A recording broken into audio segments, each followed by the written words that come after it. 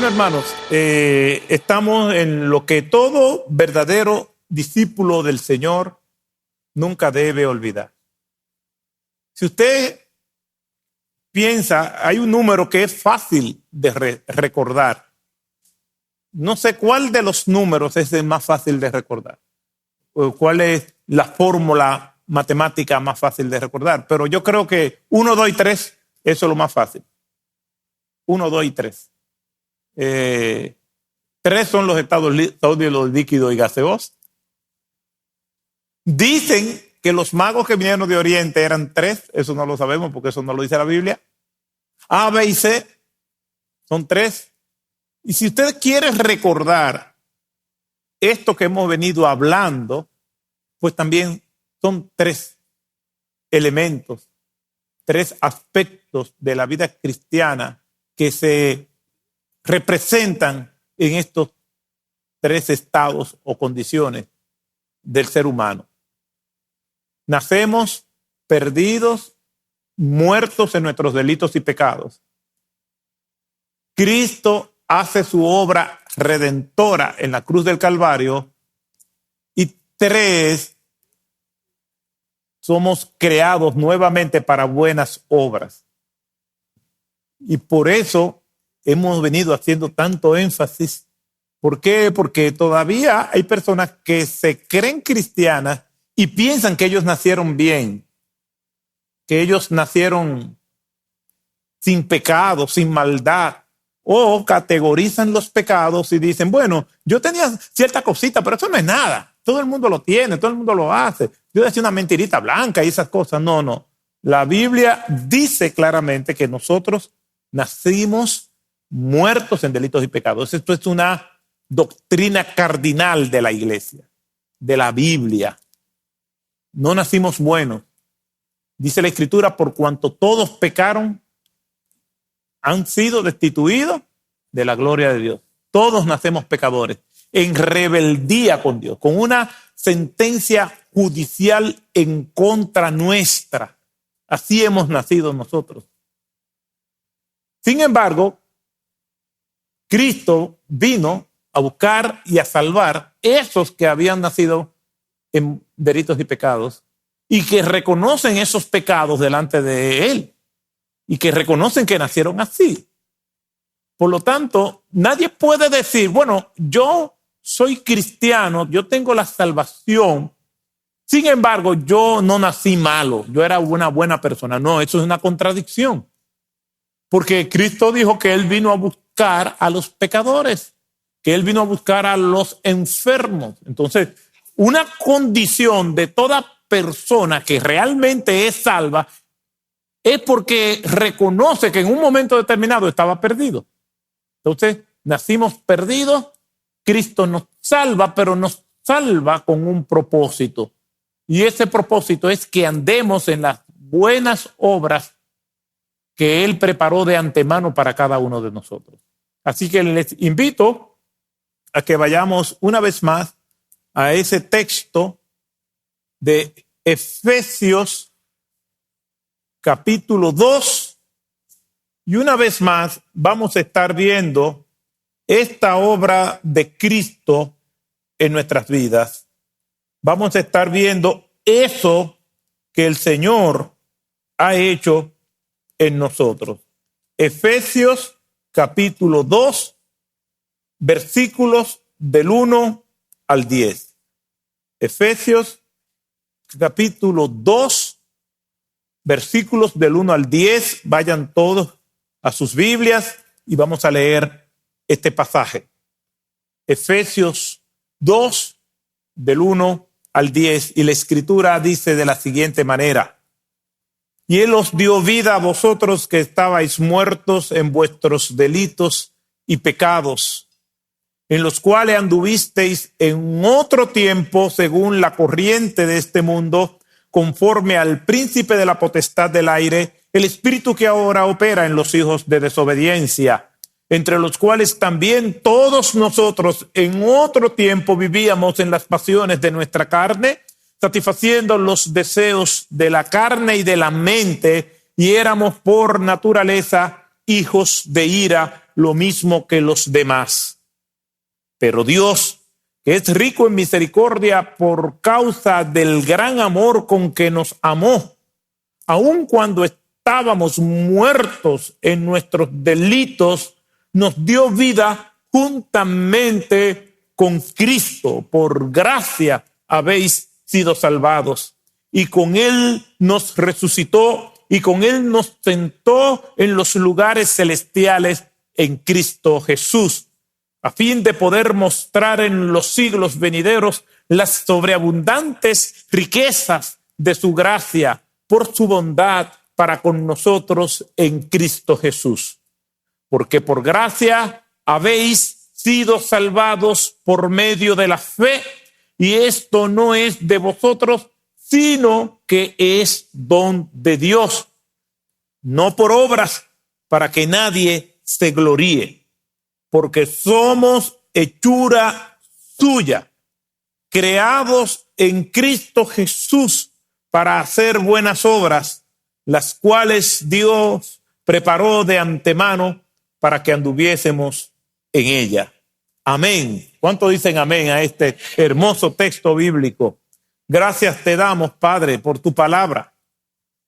Una vez más, te rogamos que me permita comunicarla con fidelidad, con claridad, y nosotros aplicarla todos sin vacilaciones y sin dilaciones. Te lo rogamos, Señor, en el nombre de Jesús. Amén. Si bien es cierto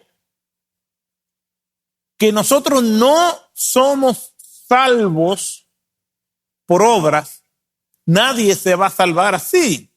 Nadie va a salvarse porque haga buenas obras. La mayoría de las personas creen que pueden salvarse a sí mismas porque son buenas personas, porque hacen buenas obras, o porque no hacen malas obras, según ellos. Yo no hago esto, yo nunca he robado, yo nunca he matado, yo nunca he hablado mal de nadie, y se han convencido a sí mismas de que son buenas personas. Pudiéramos decir que hay cierto nivel de bondad sobresaliente en muchas gentes, que hay personas que se pueden considerar, sí, humanamente hablando eres buena persona, humanamente hablando, pero no espiritualmente hablando. Espiritualmente hablando, todos nacemos pecadores, y aunque hagamos buenas obras, esas obras no sirven para la salvación, no son suficientes, ni nadie puede salvarse por sus buenas obras. Por una sencilla razón: nuestras obras están contaminadas por nuestra vida de pecado. Y aunque lo que hagamos sea bueno, eso no aplica para tener salvación, bíblicamente hablando. Hay gente que yo entiendo que se puedan sentir mal porque le digan, tú eres pecador, y como naciste pecador, no necesitas arrepentirte de sus pecados. Hay gente que se sienta mal, y yo entiendo eso. Yo también me sentía mal cuando me decían eso, pero es lo que dice la palabra de Dios. Y de la única manera que vamos a dejar ese malestar es si nosotros venimos a los pies de Cristo y le rendimos nuestra vida a Cristo. ¿No quieres sentirte mal? Entonces ven a Cristo para que te sientas bien. Y ya no hay sentencia. Entonces no hay forma de nosotros, por nuestras buenas obras, bíblicamente hablando, de tener salvación, de tener la aprobación de Dios. Es imposible. Nosotros somos salvos por la obra de Cristo en la cruz del Calvario, que vino a buscar y a salvar lo que se había perdido. Y todo aquel que se vio perdido, que se vio perdida, y clamó al Señor para que el Señor le salvara, pidiéndole perdón por sus pecados, arrepintiéndose de ellos, entonces dice la Biblia que es salvo. Entonces, no hay manera. Aquí dice el texto, no por obras para que nadie se gloríe. La otra razón por la cual una persona no puede ser salva, la primera es que sus obras están contaminadas por el pecado. Y es que es imposible por las buenas obras, porque Dios es el único que se lleva toda la gloria y toda la honra, y Él no comparte su gloria con nadie. Por lo tanto, usted no es salvo, yo no soy salvo por nuestras obras, para que Dios protegernos a nosotros mismos de la vanagloria, de querer decir, la salvación me la gané. Y entonces, ¿Cristo qué pasó con Él? No, Cristo es el centro y por lo tanto, todo el crédito de nuestra salvación, Él es quien lo lleva. Él es que murió por nuestros pecados para que nosotros tuviéramos salvación. Como dijo C.S. Lewis, el Hijo del Hombre el Hijo de Dios se hizo hombre para que los hijos de los hombres pasen a ser hijos de Dios. Y eso lo hizo el Señor por nosotros. Ahora bien, el hecho de que no somos salvos por obras no quiere decir que las buenas obras no tengan utilidad. Sí, y es la evidencia de aquellos que son salvos. Dicho de otra manera, no somos salvos por obras, pero sí salvos para buenas obras. Y es lo que dice el texto, porque somos hechuras suyas. Es decir, somos la obra maestra del Señor. Somos poema. Poema significa la obra maestra del Señor. ¿Y cómo? Bueno, la obra maestra del Señor es esa nueva creación que tenemos en Cristo Jesús, porque somos hechuras suyas, creados en Cristo para hacer buenas obras. Creados en Cristo significa aquellos que han nacido de nuevo, como dice 2 Corintios 5:17, si alguno está en Cristo, nueva criatura es, las cosas viejas pasaron, todas son hechas nuevas. Entonces somos hechuras suyas, creados en Cristo Jesús con un propósito.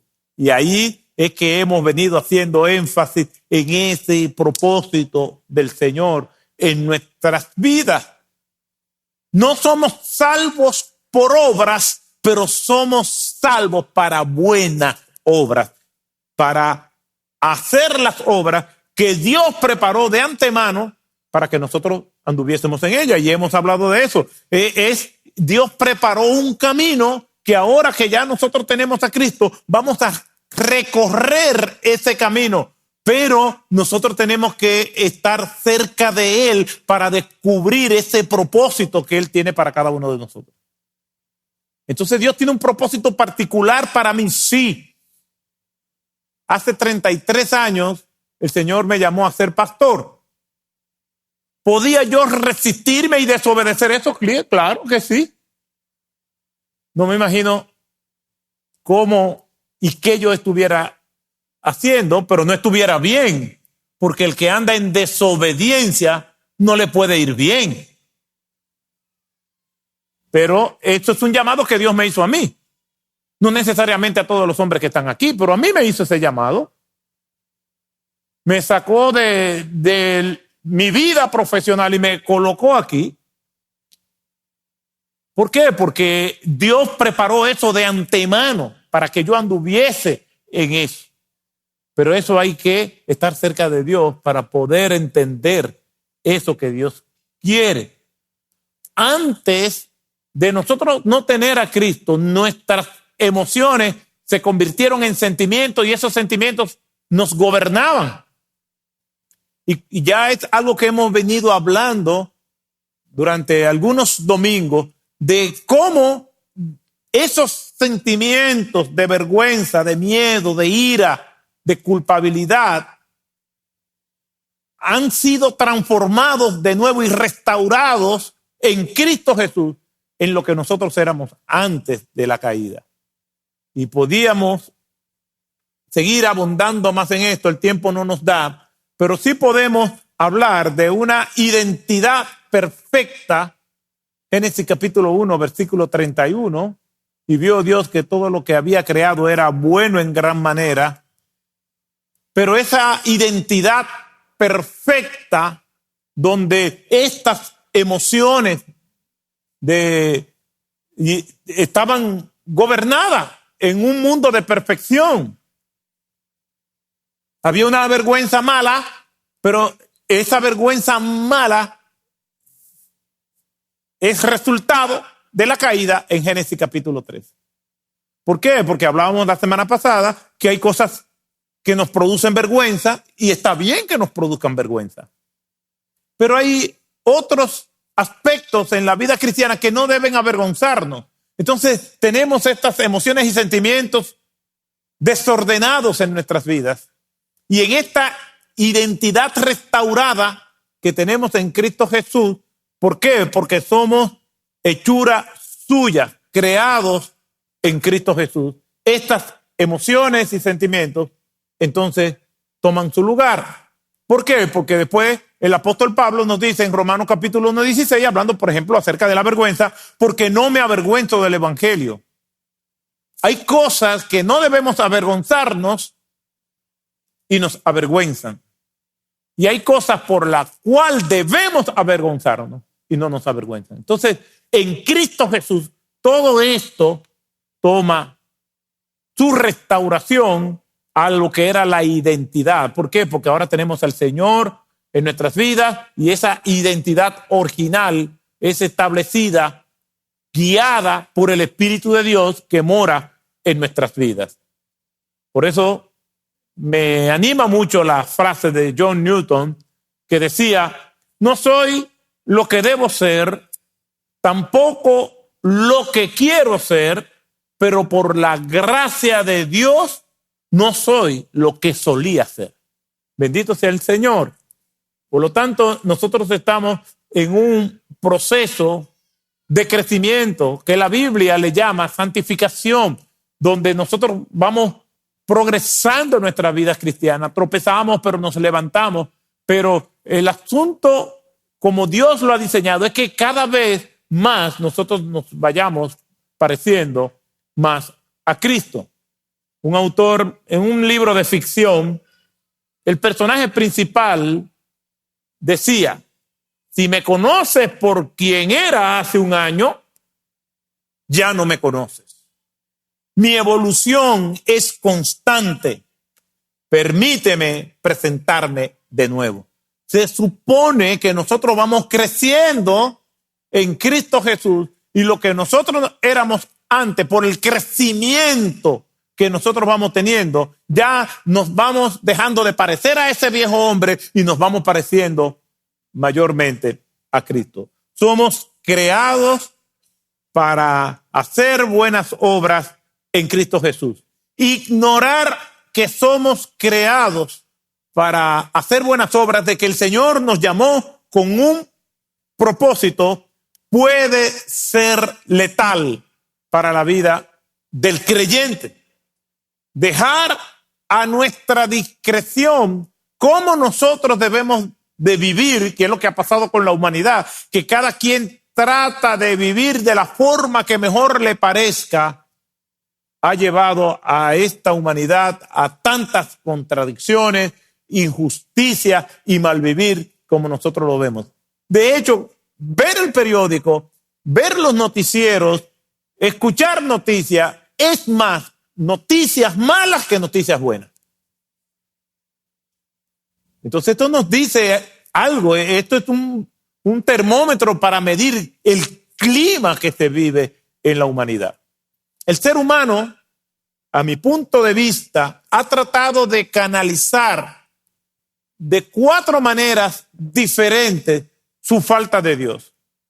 Vamos a mencionar algunas de ellas. Digamos, a través del estoicismo.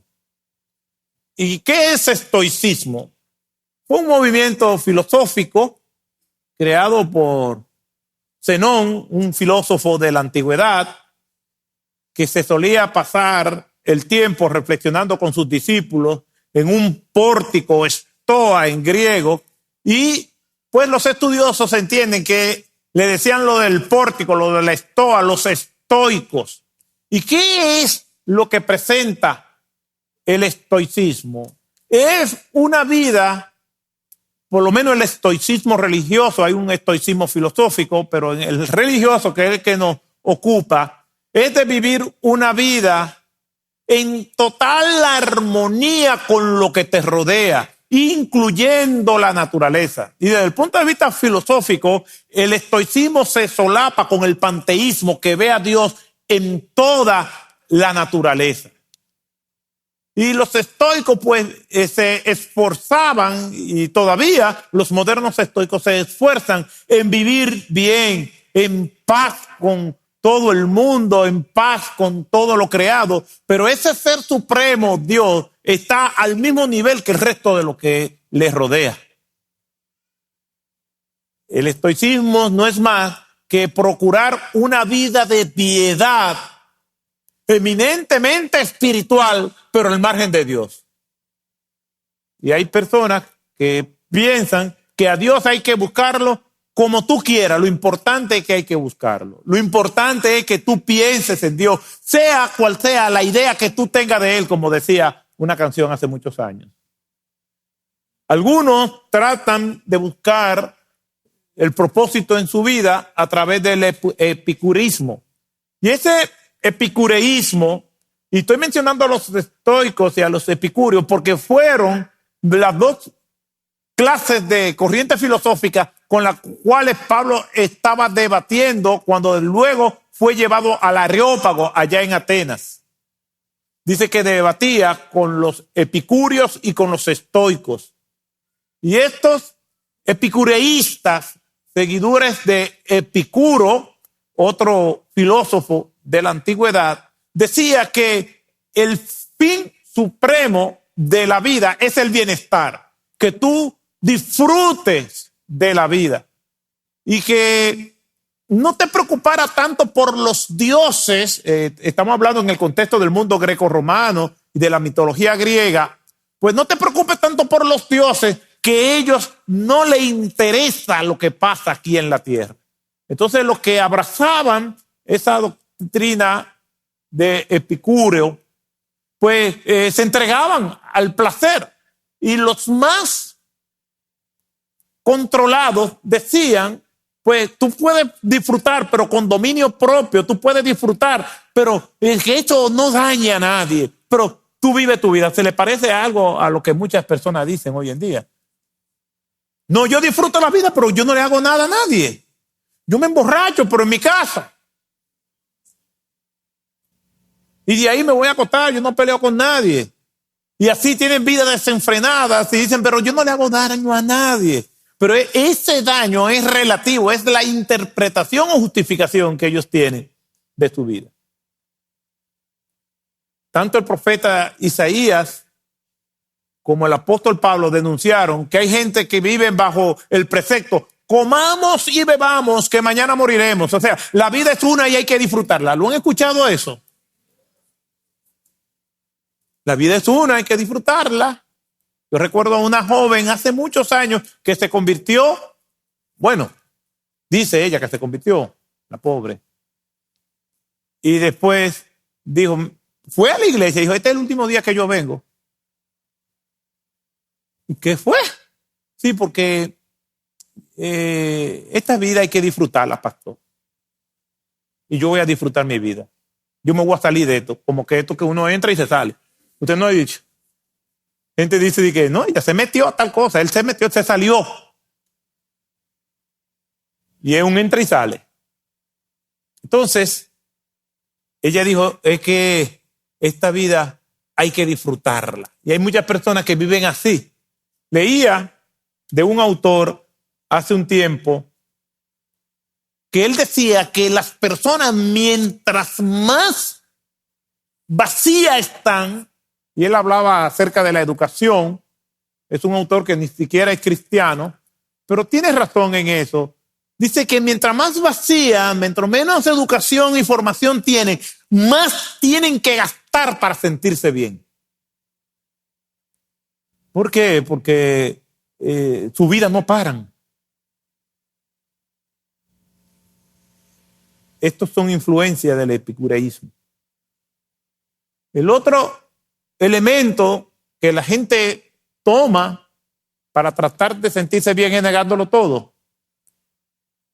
Y esto algunos le llaman el escepticismo. El escepticismo religioso es que pone en duda la existencia de todo lo que trasciende, de que no existe propósito en la vida y no hay nada sobrenatural. No hay forma de tener una convicción, un arraigo en esto. ¿Por qué? Porque yo dudo. El escéptico puede moverse hacia el ateísmo, donde dice, no, nada sobrenatural, eso no existe Dios. Y leía algo que decía, no recuerdo el autor, ¿cómo es que los ateos odian tanto a algo que no existe? ¿Cómo puede ser que crujan los dientes y hablen tan mal de Dios si Dios no existe? ¿O cómo puede ser posible que estén tan obstinados en una cruzada y escribir volúmenes para negar una fantasía? Deja que la fantasía caiga por sí sola.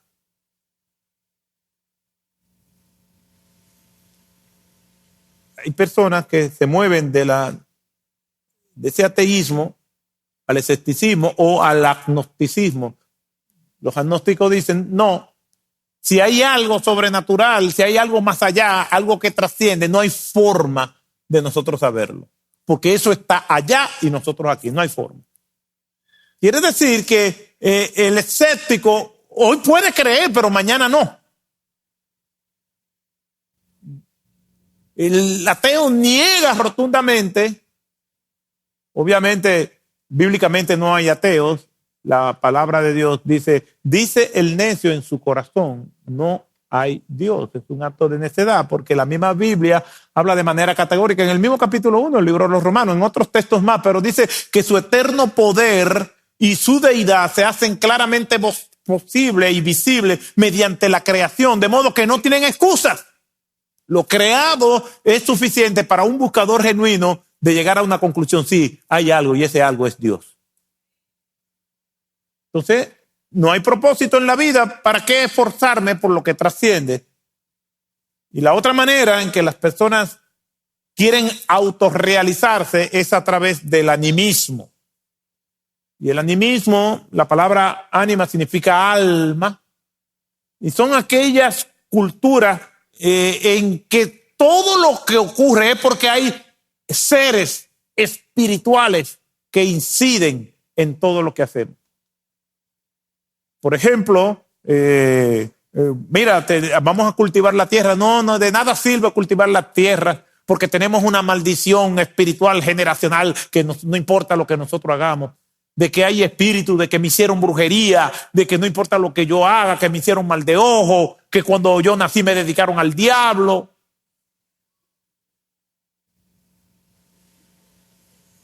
Y todo es así. Yo conocí una señora que decía que los cartoons, los dibujos animados, Popeye el marino, eso eran satánicos.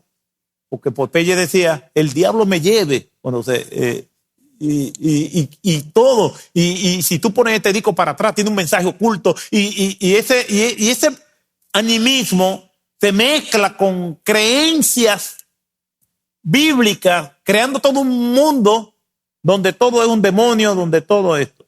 Había un libro que me cayó hace muchos años que yo lo leí. Ni siquiera le voy a decir el título para que ni por curiosidad ustedes lo lean. Ahora yo sé que ustedes se mueren porque yo se lo diga, pero no se lo voy a decir. Y el libro daba una lista en 3 páginas de todos los espíritus y demonios y cosas que... Yo no estoy diciendo que no existen, porque la Escritura dice que no tenemos lucha contra sangre ni carne, sino contra principados y potestades. Claro que existen los demonios,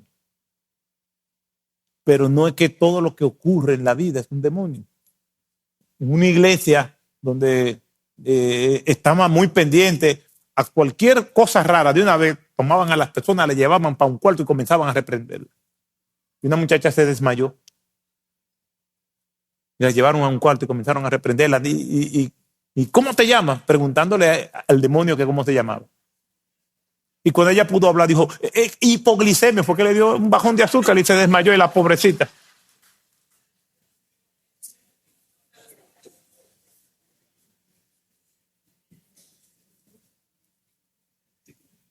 cada quien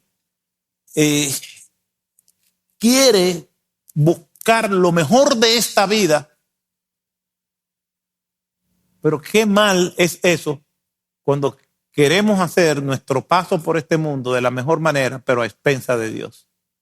Miren lo que dijo C.S. Lewis. Dios no puede darnos paz y felicidad aparte de sí mismo, porque tal cosa no existe.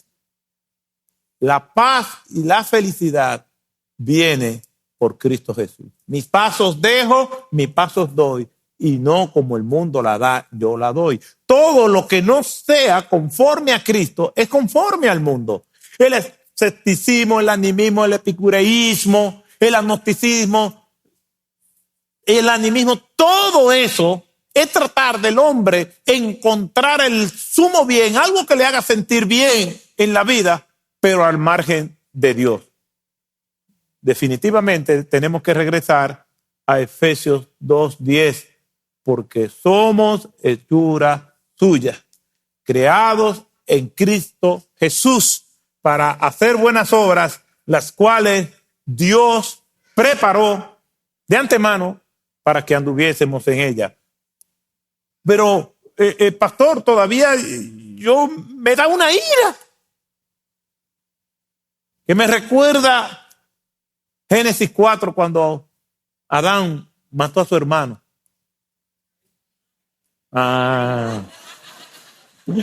Cuando Caín mató a su hermano. Me lleva ya. Es que todavía hay cosas que yo no debo avergonzarme, pero me dan vergüenza. Y otras que deberían darme vergüenza, no me avergüenzan. ¿Dónde está la respuesta de esto? La respuesta de esto está en que Dios nos ha dado de su espíritu para que ese fruto del espíritu desplace todo aquello que no es conforme a lo que Dios quiere. Vamos a buscar Gálatas capítulo 5, versículo 22.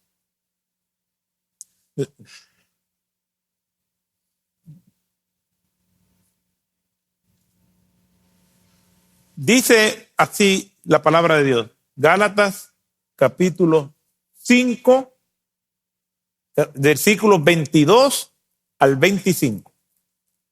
Mas el fruto del Espíritu es amor, gozo, paz, paciencia, benignidad, bondad, fidelidad, mansedumbre, dominio propio. Contra tales cosas no hay ley.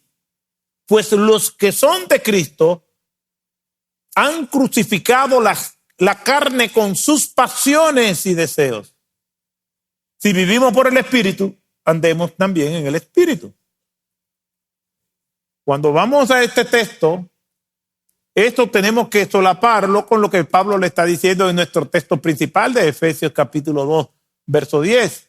En los versículos 8 y 9 de Efesios 2, Pablo acaba de repudiar y decir que no somos salvos por obras, pero en el versículo 10 de Efesios 2 dice que somos salvos para buenas obras.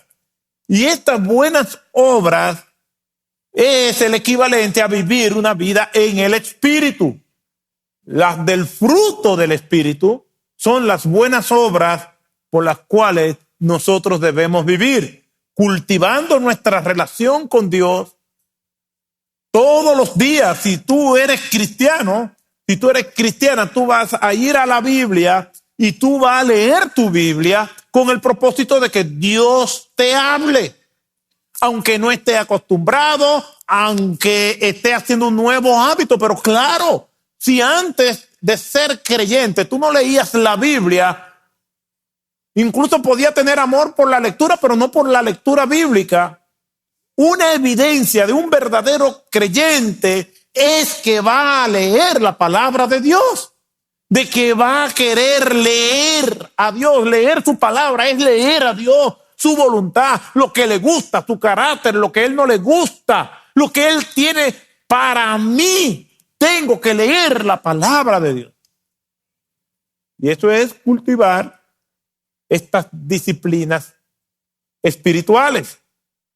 Mas el fruto, el resultado del Espíritu de Dios en nuestras vidas es el amor, es el gozo, es la paz, la paciencia, la benignidad, la bondad, la fidelidad, la mansedumbre, el dominio propio. Pero Pablo además elogia a los tesalonicenses. Les invito a que vayan conmigo a Tesalonicenses, primera de Tesalonicenses, capítulo 1, versículo 3. Primera de Tesalonicenses, capítulo 1, versículo 3. Pablo los elogia por ese tipo de buenas obras que deben andar, cuando da gracias por sus obras de fe y su trabajo en amor. Literalmente es por eso. Miren lo que dice. Primera Tesalonicenses 1:3.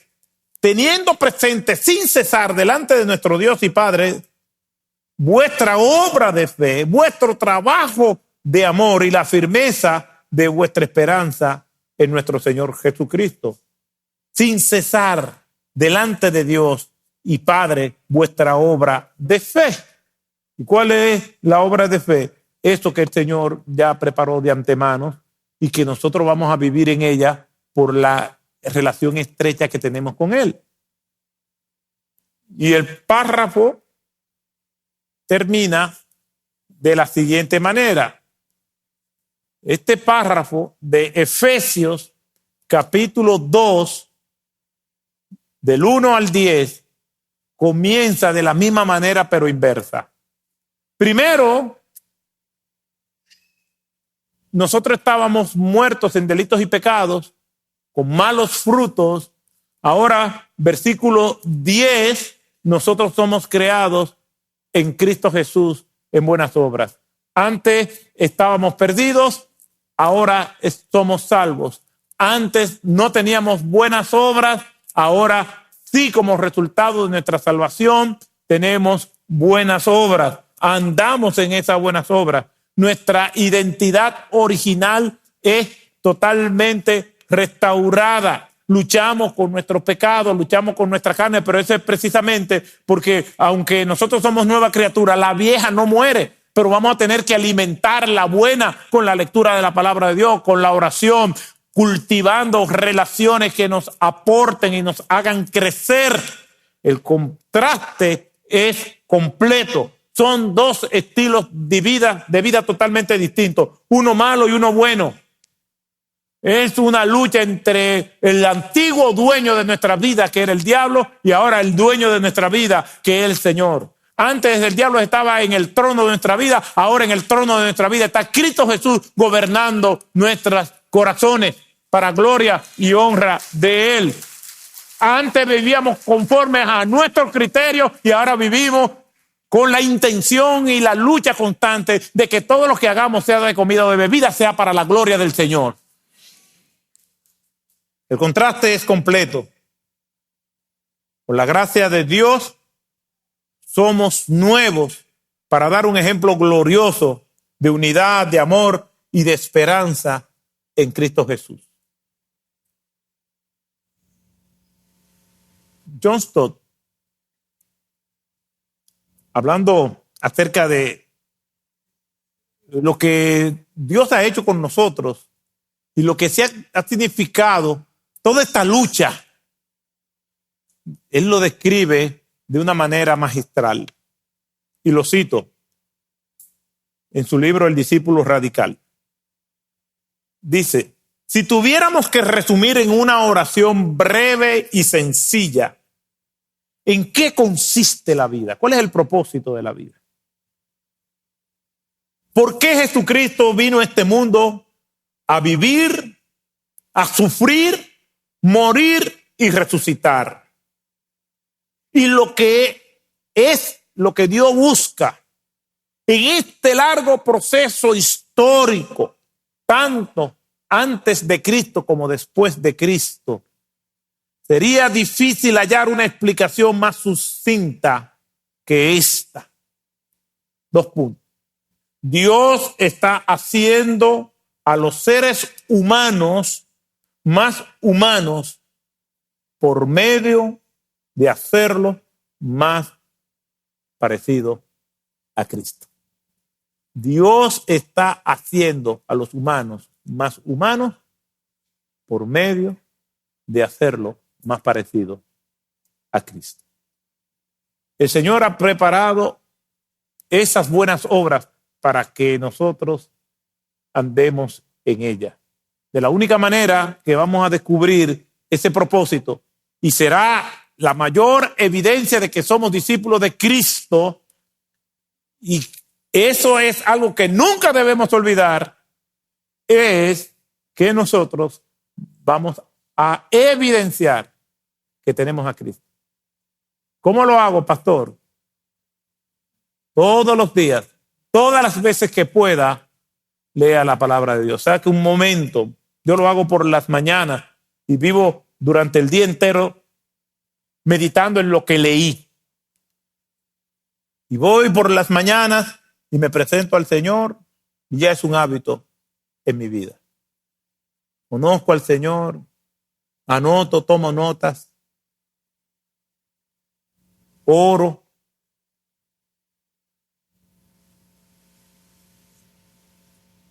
Y le pido al Señor que me ayude. Hablamos. Pero yo trato de repetir eso durante todo el día. Si usted lee la palabra de Dios y no la repite, se le va a olvidar. En mi corazón he guardado tus dichos para no pecar contra ti. Pero también la palabra de Dios añade que en su ley, en el Salmo 1, debemos meditar. Y en su ley medita de día y de noche. Yo he leído la palabra de Dios y he tenido mi devocional y lo he disfrutado. Y después quiero recordar qué leí y no me acuerdo. ¿Por qué? Porque no hice el ejercicio de meditar. Y durante el día recuerdo siempre lo que leí para aplicarlo a mi vida. Pero también orar sin cesar en todo momento. Antes de salir a su casa, ore, tenga su tiempo devocional. Pídale a Dios que le dirija, no lo vea como una rutina. No solamente ore 3 veces al día, en el desayuno, en la comida y en la cena. Los que oran, yo he visto personas que van a comer y de una vez, dele gracias a Dios por la comida. En un mundo de tanta hambre, de tanta necesidad, comer es un privilegio. Y pídale a Dios que le dé sabiduría para compartir con el que padece necesidad. Oiga sermones, lea libros, cante alabanzas, dé gracias a Dios por todo. ¿Es posible que una persona conozca a Cristo y nunca descubra su propósito? Es difícil, pero es posible. Solamente usted tiene que pensar en su propia vida, si usted es cristiano. Y el Señor te pregunte, si tú pasaras tu presencia, dime, ¿viviste en lo que yo te mandé?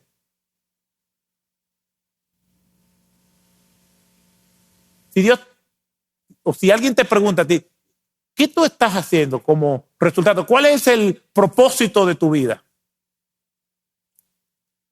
¿Venir los domingos aquí y ya creer que por eso es suficiente? No. Incluso es posible que te esté perdiendo, y no estoy hablando de los que no conocen a Cristo, de los que conocen a Cristo, te esté perdiendo la verdadera esencia de la vida cristiana. No creas porque nos congreguemos un domingo, ya con eso es suficiente. Es vivir en el propósito de Dios. Y si te sientes bien, sin saber qué es exactamente eso que Dios ha preparado de ti, entonces, para ti, entonces yo no sé si tú realmente eres creyente.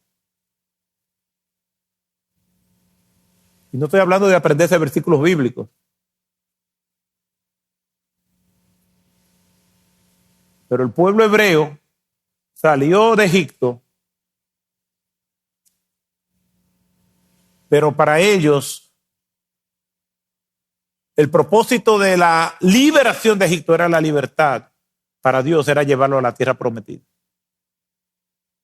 En un sentido figurado, creo que algunos creyentes van a morir en el desierto. No van a llegar a la tierra prometida. No estoy hablando del cielo, estoy hablando de vivir en ese propósito de Dios, para lo cual el Señor de antemano mandó a Cristo a morir por ti y por mí, para que nosotros andemos en ese camino exacto donde Él nos mandó a estar.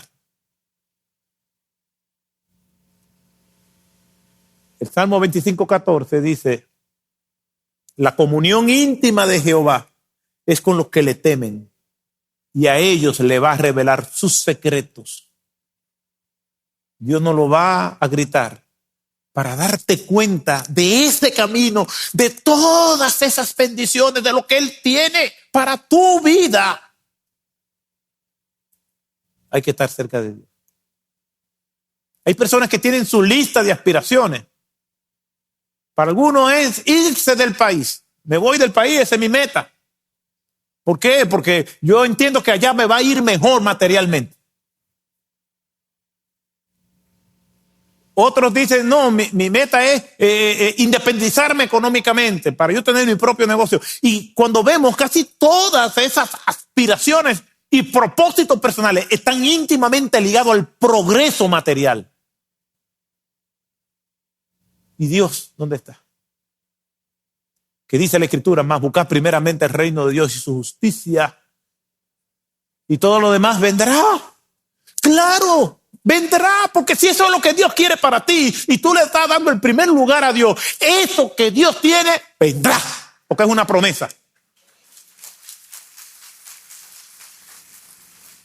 Pero hacemos como Abraham. Abraham, el Señor lo llama y le dice, hasta aquí es que tú vas a estar. Pero cuando el hambre llega a ese lugar, Abraham entonces se va para Egipto. La misericordia de Dios. Y en Egipto, cuando llega, miente. Y dice que Sara no es su mujer, sino su hermana, para que no lo mataran. Pero se la llevaron. Y el faraón, entiendo que Dios les reveló que esa no era hermana de Abraham, sino su mujer. Y para decirlo en un lenguaje que todos entendamos, por poco mete al faraón en una vuelta. Porque el ser humano se torna empedernido en lo que él quiere. Y ahí se esfuerza. La historia de la humanidad está llena de personas esforzándose hasta el límite en lo que ellos quieren. Pero dice aquí la Escritura que Dios, con nuestra salvación, esa es su obra maestra. Somos criaturas nuevas en Cristo Jesús. Nos hizo nuevos porque se supone que solamente el que tiene la mente de Cristo puede entender ese camino para vivir en el propósito de Dios. Se cuenta de que todos los años un rey mandaba a sus hombres de confianza a ir por las aldeas de su reinado a buscar a la persona más pobre que pudieran encontrar para que fuera a formar parte de la corte imperial y el rey adoptarlo como parte de su familia. Y todos los años había una gran fiesta y muchas expectativas de a quién se iba a escoger ese año. Efectivamente, encontraron, después de meses buscando, a la persona más pobre que pudieron encontrar. Su única posesión era unos harapos, unos trapos sucios que tenía como ropa. Y lo llevaron al palacio. El rey le dijo, esta noche haremos una fiesta para ti. Y todo lo que había para él, porque era parte de la corte. Con servidumbre, comida, ropa, todo. Y esa noche había una fiesta. La persona se baña, se cambia, come, viste bien y todo el mundo lo aplaude cuando llega. Pero los ayudantes notaron que tenía una bolsa. Y dice, ¿qué es eso? No, son las ropas sucias. Y la tengo aquí por si acaso se escasea la cosa. Tú no la necesitas. Ya tú eres hijo del rey. Tú no necesitas eso. No. Yo la tengo aquí. Se lo informan al rey. El rey viene y le dice, tú eres como mi hijo. Yo te adopté. Mira todos ellos. Ninguno de ellos yo lo procreé. Lo escogí como te escogí a ti.